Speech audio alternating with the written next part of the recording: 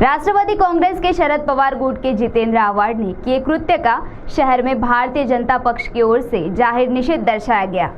तो चलिए रुक करते हैं इस खबर की ओर।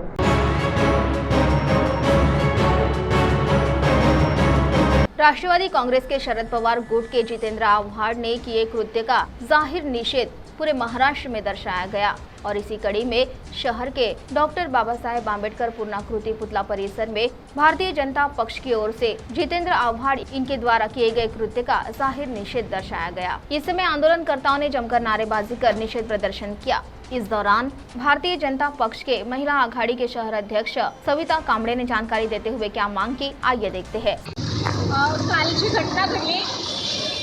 राष्ट्रवादी शरद पवार गटाचे जितेंद्र आव्हाड हे स्वतःला नेते समजून घेतात, पण त्यांनी काल चौदारकडा या ठिकाणी महाडच्या डॉक्टर बाबासाहेब आंबेडकरांचा फोटो असलेला पोस्टर फाडलं आणि त्यांनी महामानव डॉक्टर बाबासाहेब आंबेडकरांचा अपमान केला। हा अपमान फक्त डॉक्टर बाबासाहेब आंबेडकरांचाच नसून आंबेडकरी जनतेचाच नसून या देशातल्या प्रत्येक आंबेडकरी विचारधारेला मांडणाऱ्या माणसांचा केलेला आहे आणि म्हणून जितेंद्र आव्हाडांनी हा अपमान जाणीवपूर्वक केलेला आहे असं एका व्हिडिओमधून आपल्याला पाहायला मिळतं आहे। एका त्यांच्या सहकार्याने त्यांना थांबवलं की हे पोस्टर फाडू नका, इथे महामानव डॉक्टर बाबासाहेब आंबेडकरांचा फोटो काढलेला आहे।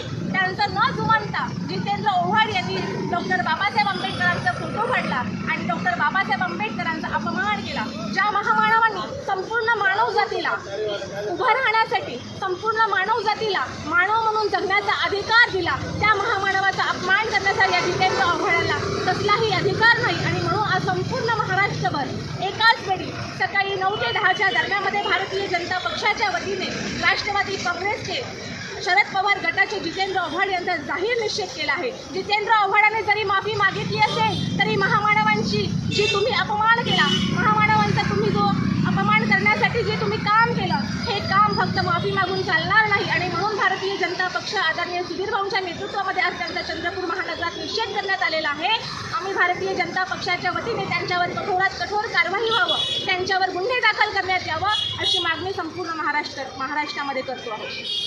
CTV के लिए प्रतिनिधि वैभव रुयारकर की रिपोर्ट।